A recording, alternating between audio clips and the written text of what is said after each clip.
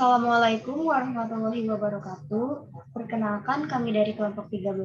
Di sini kami akan mempresentasikan proposal PKMGT kami yang berjudul Alat Bantu Navigasi Tunanetra Berbasis AI.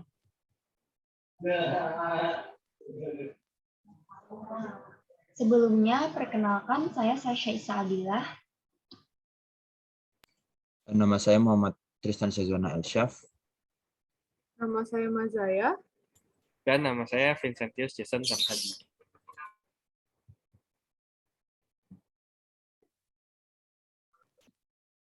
Latar belakang dari topik yang kami ambil yaitu ada sekitar 3.700.000 jumlah tunanetra di Indonesia.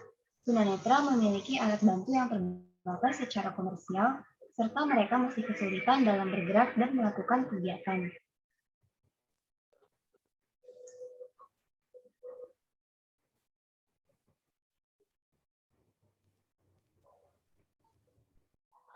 Adapun tujuan dan manfaatnya yaitu memandu arah untuk para tunanetra agar tidak kehilangan arah, menggambarkan objek yang ada di depan tunanetra, pengalaman interaksi baru yang belum atau jarang dirasakan sebelumnya, pengaplikasian ilmu pengetahuan modern untuk membantu mengatasi permasalahan sosial, serta meniadakan rasa canggung oleh pengguna dengan orang lain.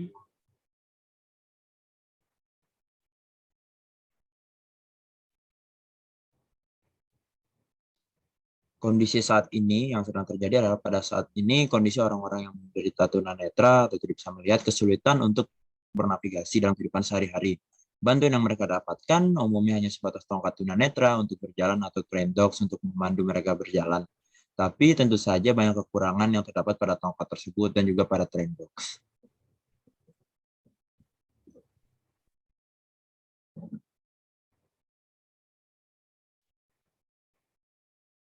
Sekarang solusi yang pernah diterapkan. Yang pertama ada aplikasi bernama Be My Eyes yang dapat membantu menggambarkan apa yang tunanetra itu lihat melalui aplikasi. Yang kedua ada tongkat bantu tunanetra yang dapat bergetar untuk memberitahu bahwa ada objek di depan mereka. Dan yang ketiga ada kacamata dengan sensor ultrasonik yang dapat memberi suara peringatan jika terdeteksi ada objek di depan mereka.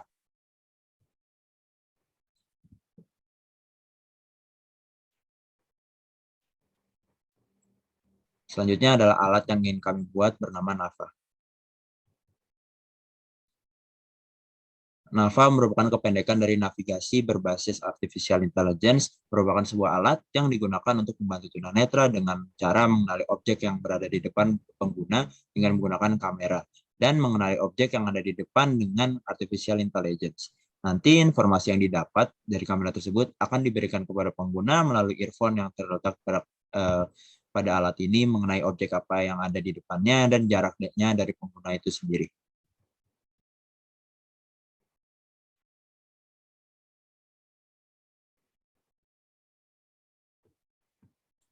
Baik, jadi berikut ini adalah penggambaran dari alat NAVA, yaitu navigasi berbasis Artificial Intelligence itu sendiri.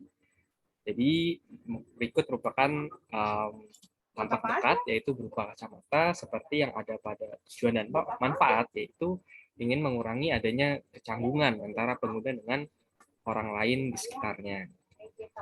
Jadi alat NAVA ini berbentuk kacamata saja, yang dilengkapi dengan lensa hitam ini untuk melindungi mata dari paparan sinar UV, dan juga dibekali kamera.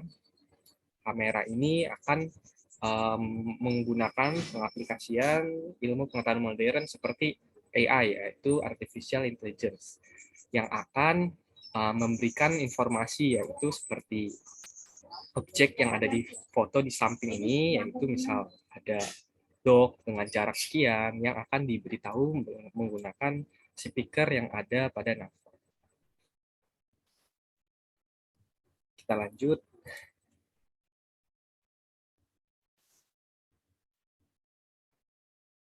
Berikut adalah pihak-pihak yang terlibat, yaitu industri kesehatan. Yang mana kita tahu dari latar belakang ada 3.700.000 tunanetra yang ada di Indonesia.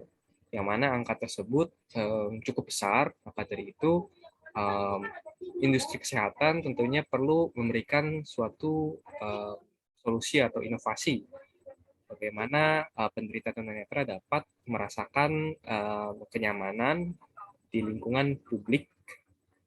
Juga ada komunitas Persatuan Tunanetra Indonesia yang dapat membantu dalam mensosialisasikan solusi maupun alat nafa ini kepada para pengguna. Dan juga ada produsen dan yang akan bekerja sama dengan pemerintah untuk melakukan produksi secara massal alat nafa ini, agar harga dari alat nafa ini dapat sangat terjangkau mungkin, sehingga dapat dirasakan oleh seluruh pengguna dan juga masyarakat di sekitar.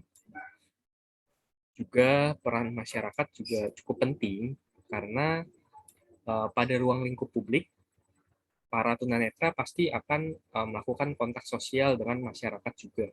Maka dari itu, para masyarakat tidak melihat sebelah mata bahwa tunanetra itu juga sama seperti manusia pada umumnya.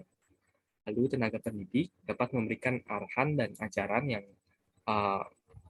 sosialisasi yang baik kepada para muridnya terkait tunanetra itu juga merupakan manusia pada umumnya. Dokter dan orang tua juga. Dokter dapat menganjurkan pada pengguna tunanetra untuk menggunakan nafa ini karena dapat membantu dalam kehidupannya sehari-hari, dan juga peran orang tua dalam menyetujui penggunaan nafa ini kepada anak maupun cucu-cucu mereka yang mengalami tunanetra. Bisa kita lanjut.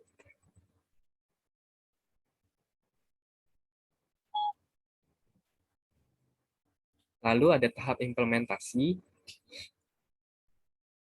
Implementasi alat ini mungkin bisa dibagi sebagai 5 implementasi tahap yang signifikan, yaitu yang pertama melakukan research mengenai produk dari nafa ini, hal-hal penting yang dapat menunjang penggunaan nafa maupun efektivitasnya, lalu akan melakukan tes lapangan yang mana akan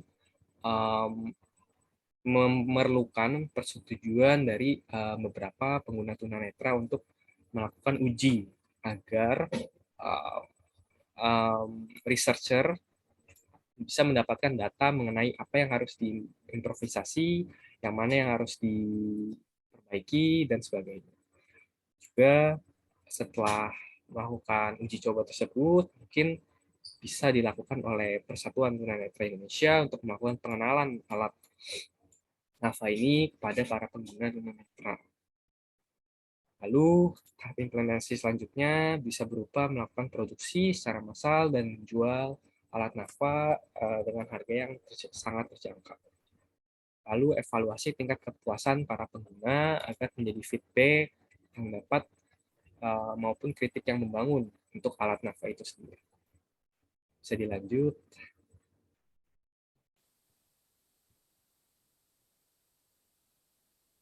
Oke, selanjutnya ada sejauh apa kondisi pencetus gagasan dapat dikembangkan dan dapat diperbarui. Alat ini dapat memberikan informasi dengan detail karena dilengkapi dengan kamera yang dapat memiliki program atau dengan menggunakan artificial intelligence yang bisa mengenali objek apa aja yang ada di depannya dan mengukur jaraknya dari pengguna, serta memberitahukan kepada pengguna mengenai objek yang menghalangi jalan melalui earphone.